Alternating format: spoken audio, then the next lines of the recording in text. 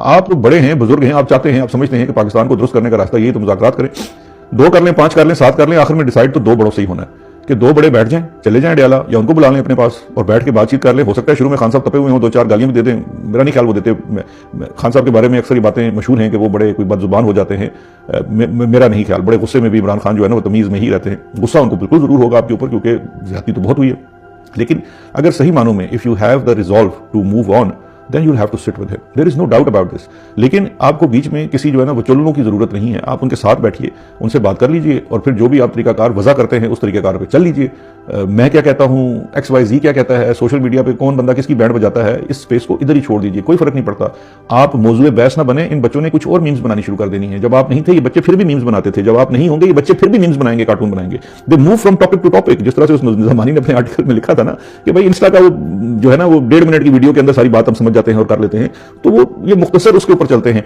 तो आप इनकी तरफ तवज्जो छोड़ें और आप जो समझते हैं एज ब्लूमर्स और X और Y जनरेशन जो इस मुल्क के लिए बेहतर है उस पर करें और कर गुजरें। ना परेशान हो सोशल मीडिया वालों से, भाई वो एक स्पेस में एग्जिस्ट करते हैं, उनको करने दें। आपने तो वैसे ही पूरे पाकिस्तान में सोशल मीडिया स्पेस बंद की हुई है, क्या फर्क पड़ता है यार? कोई फर्क नहीं पड़ता कोई बंदा अगर सोशल मीडिया के ऊपर 4 बातें बोल रहा है। और जहां तक ये इल्जाम लगाना कि सोशल मीडिया के पाकिस्तान तहरीक इंसाफ के जो कमांडोज, हजूर थोड़ी एक लम्हे के लिए ना एक रिसर्च इंडिपेंडेंट करा लीजिए और सोशल मीडिया ही की स्पेस के ऊपर हमारी मोहतरम जनाब चीफ मिनिस्टर पंजाब मरियम नवाज साहिबा का जो सोशल मीडिया ब्रिगेड है, कभी एक लम्हे के लिए उनके अकाउंट्स का जायजा लेकर देख लीजिए। जो वो अपने मुखालिफिन को जिस तरह के अलकाबात और जिस तरह की बातों से नवाजते हैं और जिस तरह की उनकी जुबान है, और ऐसे ऐसे लोग जो यहाँ बाहर बैठे हुए हैं उनकी जो बातें हैं और जिस तरह की वो बातें आज करते हैं अपने मुखालिफिन के साथ खिलाफ और माजी में फौज के जर्नैलों के खिलाफ करते थे, उसको भी जरा देख लीजिए। तो ये फिर एक पार्टी को या एक तरह के लोगों को इल्जाम देना ये भी दुरुस्त नहीं है।